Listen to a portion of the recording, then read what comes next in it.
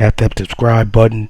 Be sure to click the bell icon to get notifications for whenever I upload. Now let's get on to the video. We're back. We're back with another Boruto 2 Blue Vortex Chapter review.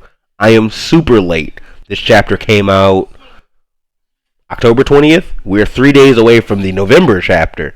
So, very, very late. I did read it October 20th, and I've reread it just to kind of go back over things. But, just kind of was late putting this video out. So, I apologize if this is something you look forward to. I'm going to try to be more punctual and closer to the release of the chapter for the Chapter 16 review. But let's get into the meat and potatoes here. We start off with Shinki and Gaara. We get a little flashback of what's going on with them to kind of fill in the void of the last chapter. Gaara and Shinki are kind of holding their own. Well, no, they've kind of lost the fight against just some Trisuke clones and a clone of Delta, I believe her name is. Or that may just be Delta. I'm not sure if it's a Trisuke version or a clone. They sort of get folded, but Shinki gets away. Shinki gets captured and becomes a Trisuke as we were introduced at the end of the last chapter with Ryu. But he did manage to save Gaara and keep Gaara sealed. Funny how Gaara is sealed and Naruto are sealed at this point in time. But they do also flash back to the Leaf Village, where we get a nice kind of... We get what I was looking for last chapter, where like Shikamaru, I was too busy saying Shinki.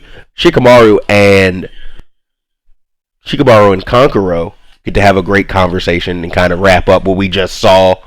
And they do a little nod to like, hey, Tamari, my sister, or my squad mate, I thought they were all related in Naruto, in their squad, but I have no great recollection.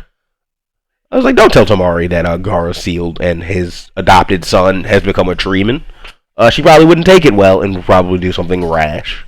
And Shikamaru agrees, obviously, because, he's super wise. But the great thing in this chapter, too, is we get to see Kashin Koji's frog still in the Hokage's office, kind of just, being a little spy, taking in some information. From there, I believe we go to the Trisuke Cave, where we get back to Ryu and he gets his name, as we saw in the last chapter, and he likes his name, but he also just has super great sensory skills and pulls code out of hiding, and we get another cucking of code, as I like to call it, where he is just... When I was taking notes for the chapter review, I likened it to Charlie Brown and Lucy moving the football. And no matter what code does, Kishimoto finds a way to just kind of move the football like Lucy and Charlie Brown. And just, Code falls on his head. And Code keeps trying to kick the football. He's like, oh, I'll go kill Boruto. After, Ryu and Jura basically just cut his hand off. Code just loses a hand for fun. He's like, oh, I'll go kill Boruto and his comrades. I'm like, yeah, I bet you will, buddy. I bet you can get that done. From there, they establish Ryu's goal of wanting to devour Gaara of the Sand. Ryu, who's, on the cover of the chapter and who's going to be featured in the background of this video. So if you don't know what he looks like that guy. That guy who's staring at you right now while you watch this. From there, we go back to Boruto, who did not leave the Leaf Village just yet. He wanted to chill in the resting spot where his father used to chill. And where you go when you're the protagonist in the Leaf Village, you hang out on the top of the Hokage statues on the heads. And that's where he meets his long rival, his best friend, Kawaki, who's curious why he hasn't told everyone that he's not the one who sealed Naruto and things like that. And Boruto kind of just explains what Kawaki already knows. Like, it's not that simple. They wouldn't believe me. And it's not worth the hassle. The Leaf Village is almost safe. We just need to get these divine trees out of here. And we're done.